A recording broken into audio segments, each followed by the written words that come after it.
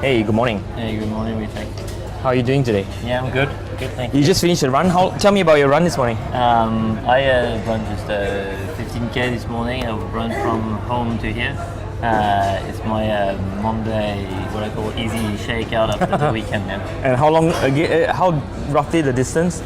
So about 15k, but today 15K, I yeah. run a little bit faster because I didn't want to be late. So I No, was it's a good. bit Thank too you for that. fast at the beginning. Yeah. So Romain, tell us about yourself. We're gonna talk a little bit about your charity and your run and what you're gonna do. But I think what I'd like to know is maybe first is about you. So tell us about yourself. Yeah, where do you start? I'm not sure. So I was born in France. Yeah, start there. Born in France, in Cannes, and I grew up in Antibes, where it's between Cannes and Nice, and I spent 20 years of my life there until I moved to the north of France in Lille, where I lived for 2 years, and then decided to leave France and study abroad. I studied in Stockholm, in Sweden. For 2 years. I didn't know that. Yeah. So I actually graduated from a Swedish university, and I've got a Swedish diploma.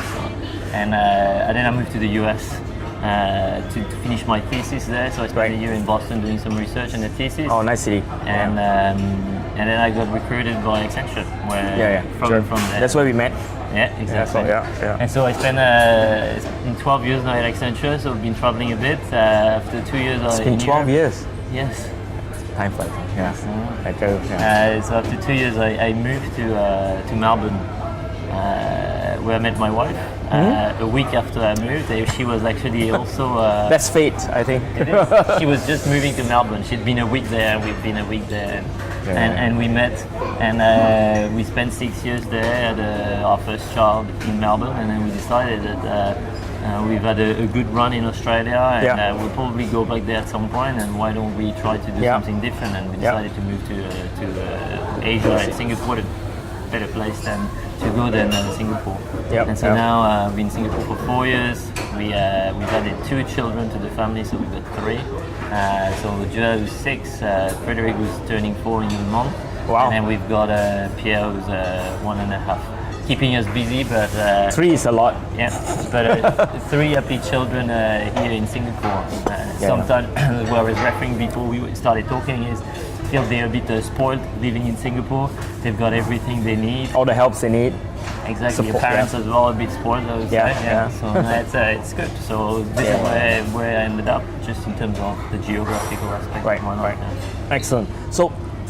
Okay, maybe we switch a little bit gear and tell us about what you do with your sports, your running and whatever. I don't know how to classify it, to be honest, because you're like beyond the scale of what a marathoner is. So tell us a little bit about some of the extreme stuff that you do, right? Sure. But where I started, probably it was a bit of a funny thing. So I was in Australia and I was playing a bit of football, and then I stopped playing football for different reasons. But I started swimming and did 1 or 2 swims in the bay, like a 1K swim with a friend, and then one day the swim got cancelled and they had a triathlon on the other side of the state. It was the Victorian Championship of Triathlon. We had a week to train, and it was an Olympic distance. So I picked my wife's bike, which was like a big mountain bike, and we landed there on the first day, and there were like all these professional bikes with their helmet and the Victorian champions and so on were there. And we struggled. We really struggled. My friend finished last. I finished second last. We had fun. It's good to have friends, that's why. Yeah. But we had fun. And from there, we kind of got hooked to this triathlon. We bought a proper bike and continued doing that. And I think we got hooked to the endurance sport. And in a year, we built up to do an Ironman. So an Ironman is like 3.8K swim, 180K bike, and then a marathon at the end. It was the first time I was running a marathon, and I was at the back of 180K bike. Did you do better than last? Second last? Yeah, this time around I was like in the top 40% of the Ironman, which was good. But it was a bit strange because my friend had been running marathon before, and I'd been seeing him and supporting him, and I would never run a marathon. That was a year before that, because I've got poor What year was this again? 2010. 2010. Yeah. So it's about 7 years ago. Yeah. In 29, I watched him running a marathon, and I said I'm never gonna run a marathon. Too painful. Too painful, and so on. And then I realized when I was doing it, it's like I'm actually doing one now. And I think the brain got this kind of reward at the end of these runs. It got rewired a little bit. Yeah, the more the pain, I think the bigger the reward at the end of the day. Yeah. And so you get Yeah. kind of hooked to that, but a few hours or a few months after understand. that, you forgot the pain. Yeah, you remember the reward. Exactly. And then you basically It's get adrenaline, I think. Yeah. And then since then, so I did another Ironman the year after, and then my. But you train for it, I'm sure. It's not like you just turn up. Oh yeah, exactly. I mean, it's the Ironman is about a 15 to 20 hours a week of training where you do usually two in the day. You swim in the morning, you bike, or you alternate. It's quite intense in terms of planning and being able to fit all of these things in. So I was training with a group. We had a coach, where basically you take the thinking out of. The planning is basically you put your face into the hand of your coach, and he tells you what to do, and you believe that he's going to bring you to where you need to be. And I think that's one of the things that. So it was a coach. It was with a bunch of people that you were training with. So it's not by yourself, right? It was a group of 20, 25. Oh wow, that's a big group. Yeah. And so when we do the race, we all run it like all against each other or with each other. That was a fun part. Was there a lot of mind training as well, mental? Yeah, so I didn't realize that until like more recently that the mind is so important. So you kind of get into it and you focus a lot on the physical aspects. Yeah. But the mind is so important. It's not just a muscle; it's mind. Exactly. I mean, Right, so, even more now with the long running that I do. Or maybe I'll talk a little bit about it more. Endurance. Yeah, I think it's you do the training, but on the day it's 90% mind over your physics, because your body you can't really change it. You're there, but the mind will tell you how much you want to push, how much you cannot push. Right. And I've got this good example where I think the time where I was the most well prepared was in 2015 when I ran the 100K in Hong Kong. But I'd been running. Sorry, 100K, right? Yes. There you go, 100K. I'm not sure how he does it, but anyway, tell us about it. So that's probably when I realized the importance of mental, because I was perfectly trained. I've been training for 4 months, like never missed a training session. And the week before that, I was working in a bid in Jakarta. Right. I didn't get much sleep. I worked the weekend over, and it was really intense because we needed to submit something. And I got to the race on the Saturday, and my mind was drained. Right. And I had a small stomach bug. But I had to basically quit after 65K because the mind couldn't push anymore. Right. I mean, the legs, I'm sure, would have been there, but the mind was so tired that it couldn't tell the leg to run. What you're saying is that the body is the same, actually, right? It's the mind that differentiates it. Yeah, exactly. Yeah, and so I realized at that point that you need to basically train. And so now I do it when I'm tired. I train my mind to push the legs to force, and you get more tired, but you get the mind to get into that mode of pushing the legs. Tell us what you are saying to yourself at that point. Give us an instance of that. Yeah, might be like something like, you're tired, so you need to push more. Right. And keep running, essentially. Right. Yeah. And it's basically a mental. What do you say to yourself? What do I say to myself? It's about, do you want to finish this well? Right. I'm a very competitive person as well. So in some way you're telling yourself things, right? Are you, or do you do that, or no? So there's a kind of I had like a funny one. When I did my first 100K back in Thailand, I started having kind of this mental game where I was talking about the mind over the body and over the brain. It was kind of a discussion of 3, and then the brain was like, you're tired, you should stop. But the mind was like, no, you need to finish. The reward is too big at the end, so you keep going, and the legs sending signals that they were like completely dead. And it kind of like this funny signal. And during that run, I'm like, I'm never running 100K again. And I'm like, this lash push, you're never gonna do it again. And then that was the first one of a mini one that I did after that. So what you're saying is the mind absolutely can go over muscle and can go over matter, right? And you need to train it. So, so during the training session, I would do speed training where you train your legs to run faster than they can. And I also have some physical benefits, but it's also the mind. And when I do my longer runs, I do, for example, a heel session, but then after that I would spend 8 to 10K and try to run faster than I can in order to force the leg to run over fatigue. Yeah, we can talk a little bit more about that if time allows, but the mind over matter and mind over muscle, it's a fascinating subject, I think. Because I think most people fail because they give up way too soon, right? And they just don't know where their limit is because the body is sending signal and they stop. So they don't really they don't really achieve their full potential. Exactly. In that sense, right? And the thing is, the brain will always keep a buffer, right? So they will send a signal that you're tired, but you probably have 30-40% reserves, right? So you need to train your body to go into the reserves. Yeah. Right. So it sounds like a well-designed system. You know, if you design a train system, you always keep a 30% buffer. That's what, you know, as an engineer you were taught. That you always keep a 30% buffer. Yeah. And then, you know, you just don't try to reach there because you don't want to break the system. Exactly. But in this case, the body is well designed, so there's always a buffer. That's right. So how do you tap into that? The reserve, the deep end, you know? Yeah. I mean, it's strange, but you kind of go through peaks and troughs, right? So it's about controlling the ups and downs. So it's about not taking the emotional roller coaster. So but tell us how you feel, though. You're talking about emotion, but tell us how you feel. I mean, at that stage of 65, or at a stage where you just need to go that extra mile. Yeah. At that point, you must be feeling like, that's it. Or I don't know. Yeah. Tell us how you feel. I think so. Now that I've done a few, you know the good patch are gonna come. So it's about like embrace the pain. I mean, it's sounds easy, but it's part of the run, right? You know you struggle now, but in 10 minutes you're gonna feel better. Or focus on something else. Or get distracted. Eat something. Do stretch. So you distress. You distract yourself. Is that what you're saying? Yeah.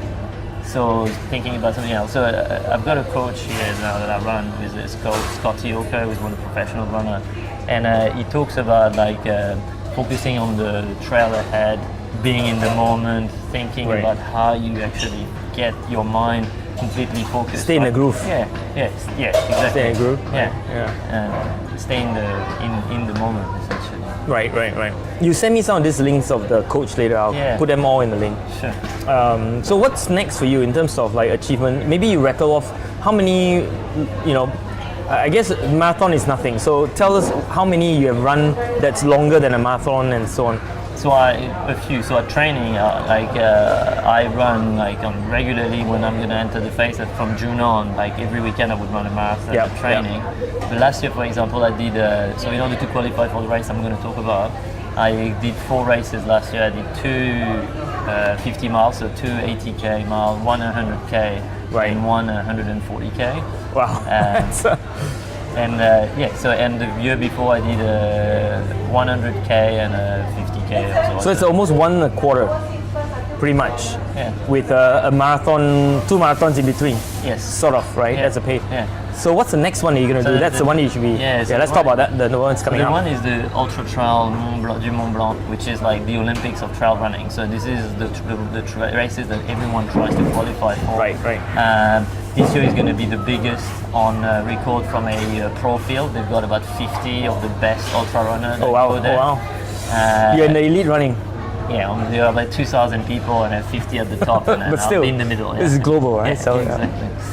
And so it's a 170k, so that's 4 marathons in a row in the mountain. So around the Mont Blanc, it's a famous up and down. So 10,000 meter elevation overall, where you go twice or 3 times above 2,500 meters. You're really scaring me. And so you start at 6 p.m. on the Friday. Right. You can run through the first night, through the first day, and I'll hope I'll finish before daylight on the second night. So 24 hours pretty much? More. So I'll go for 36 hours. That's going to be my target. The cutoff time is 46 hours. I can imagine the kind of pain I'll go through. But it's the no thing. sleep. No sleep. No. And food, it's drip. You carry some, and then there'll be checkpoints. You carry some. You usually it's like a drip feed along the way. Yeah, exactly. That's one of the race. It's very famous in Europe, especially in France. And so you cross 3 countries: Switzerland, France, and Italy. But my father talked to me about this back in 2009 or 10 because I started swimming some Mandarin. He's like, have a look at this video, and I'm like, I'm not gonna do that at the time. And now I'm like training. You're ready. So I don't know if I'm ready yet, but I'm about to be ready. Yeah. So tell me, maybe just leading up to it, what are the coaching you have got, and what sort of coaching you're still going through? Yeah. So as mentioned, I train with Scotty Oker, and so I've got to talk to him about every week, where he comes up with a plan for the week based on how I've done the previous week. Yep. And we've got a kind of key milestone that we throw in about 6 months in advance, saying these are the races that we need to do. Find a race at this time around this place with this kind of terrain. Then I book the races, and in between we look at what are the key workout that we're going to do, and then we fill the gaps as we go based on fitness and how I've performed. Right. I mentioned earlier, like for me, it's about not having to worry about the planning. I've been training with him for 2 years, Right. and there is not much that I need to tell him. It's like, this is Yep. what I want to do. He knows that I train. I know how committed I am. So, Yep. and then before the race, I would have a phone call with him, just to talk about what we do, like a few tips. Like it could be some small tips, it's like where you put your foot when you go downstairs, Yep. or when to basically push and when to hold back a little bit. Yeah. These kind of things that make a big difference, right? And you kind of keep that in your mind, and Yeah, yeah, it can make yeah, a difference yeah. on the long race. Yeah. Yeah, no, I understand. Actually, you've just pointed on a very important point. At the stage of mastery, when you're not at the beginning stage, but at the stage of mastery, it's not the big stuff anymore. Yes. It is the little thing that's still constantly being reminded, and it's that tweaking and the constant tweaking of stuff, right? Yeah, And that's what you're describing. The value that a coach brings is not necessarily to tell you about the big stuff in the universe, right? Yeah. It's about that little small thing that matters, and it's a reminder that matters. Yeah, exactly. Going back to basics, so to speak, right? Exactly. Yeah. And it helps as well to be a bit more focused. Like before that, I trained for a year without a coach, and I would probably my training would be different. I would do some art stuff, Yep. but in general, I wouldn't push as much. Yeah. Now I'm kind of people refer me a bit as a robot. Like the coach give me do 13 repeats, I would do 13. Right? He would say do 20, I will do 20. It's kind of the mind get programmed to do whatever he Yeah. said, because I know he's There's not a reason. doing it, and there is a reason behind this. Yeah, no, I understand. Yeah. Yeah, no, it's good to hear that. I think it's a reminder for a lot of people who are going through basic stuff, and of course it's about the big thing, but Yeah. eventually it becomes the narrow and narrow, and the things you need to fix are actually the small little basic stuff Yeah. that still matters, right? I think the other thing, probably referring to some of the stuff that you talk about, it doesn't necessarily teach me how to run. Yeah. Because I mean, I've been Yeah. through that, and I've had some coaches that tell me the technique. But it's how do you, as well, train yourself? Yeah. How do you learn to Yeah. learn to run? Essentially, Yeah, in a way. yeah. With doesn't. He gives me a few pointers, and he tells me what I need to think about. But when I'm running, I need to make it for myself. On what do I get distracted by? How do I think about Yeah, the trails and yeah. so on? Yeah. So let's go back to a little bit about motivation. Why Yeah. it sounds like a big engineering effort just to do this, and the question on motivation is always a tough one, right? Yeah. What motivates you to do this? Yeah, I still struggle, I think, to answer the question. I've been asked a few times. There's probably two things. One is I like to see the physiological aspects Yeah. of it, like the physical change. Yeah. How your body is able to basically take on such big things, and you don't really realize that it's possible in the first Yeah. place. So I would see through a season, for example, if I stop for 2-3 weeks, I lose a bit of fitness, and then I go back into it, and you see it building up, and you see how the training gets Yeah. easier. Like the first time my legs would hurt, and then the next week it would hurt less, and then the next week I would feel very strong and fast on the same terrain. Yeah. So there is a physiological and how fast the body adapts for this kind of events. Yeah. And the second thing is seeing how fast I can push the limits. Right? How far can I go? Are you and near not the limits yet? breaking? Sorry? Are you near your limits yet? I don't think so. I mean, Oh, there you go. You can go further. yeah, but you need to take it step by step. Like otherwise, you break the system. And then right? that's right. So it's like running, where you like. I was a bit injured at the beginning of January, with a bit of problem with my foot, so I stopped for 2 weeks. But then after that, I would build up like maybe 5-10K a week. Yeah. If I'd go too back into it, maybe my foot would get injured again. So I need to really build up, and that's the same thing with the limit, right? I started doing a marathon, and I did 50K, 100K, Yeah. 140, 170. Yeah. My wife is a bit scared about what's coming up. Yeah. But I don't know. Yeah. Well, all the best to that. But one last thing about your charity, Yes. and let's talk about your charity, right? For Togo and the orphans and hospital. Yeah. Tell us about that. Why that? So I mean, the initial reason is I really wanted to do this race. I've got a few friends who are doing it, and even though I qualified, I didn't get the lottery ticket. So I looked around, and there were a few options to get charity bib.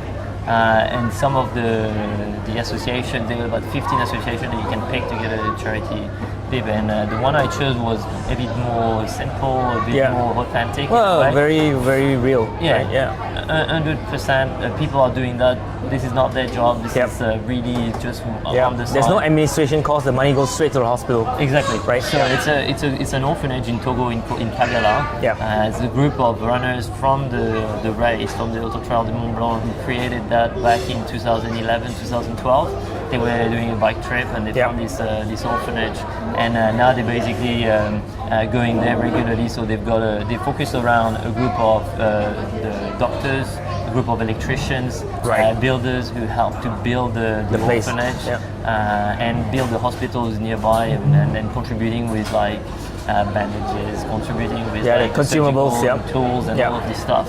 And I think it's making a big impact at them. And they're almost fully funded by people doing this race and basically collecting funds to give to the children. And there's a blog where they publish twice a week almost, and you can see the impact to the children. Right, it's amazing. Of like we bring the toys, we bring the clothes. They've got a new toilet and this kind of thing. So I think you can see directly the impact of things that you're giving for the children, which I think is great. Yeah. So I have a few hundred, potentially a few thousand subscribers to this. Why don't you make an appeal directly to them, and I'll stick it into the video blog. Hi everyone. So I think it would be a great opportunity for you to contribute to impact the life of these children and the people in the hospital.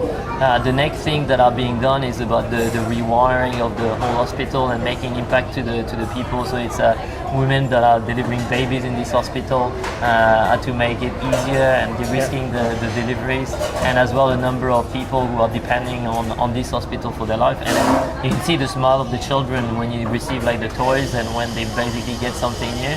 I always feel that our children here in Singapore, in the first world, be spoiled and spoiled. These children get a small thing, and you can see the impact that it makes to their life. So a small donation makes a big impact. Yeah. So you get a link down on the YouTube at the bottom. I'll send you all the information where you can contribute to his 170 kilometers race. And all the best. Thank you. And it's good that you're doing it for charity too. So good luck with that. Thank you. All right. Thank you.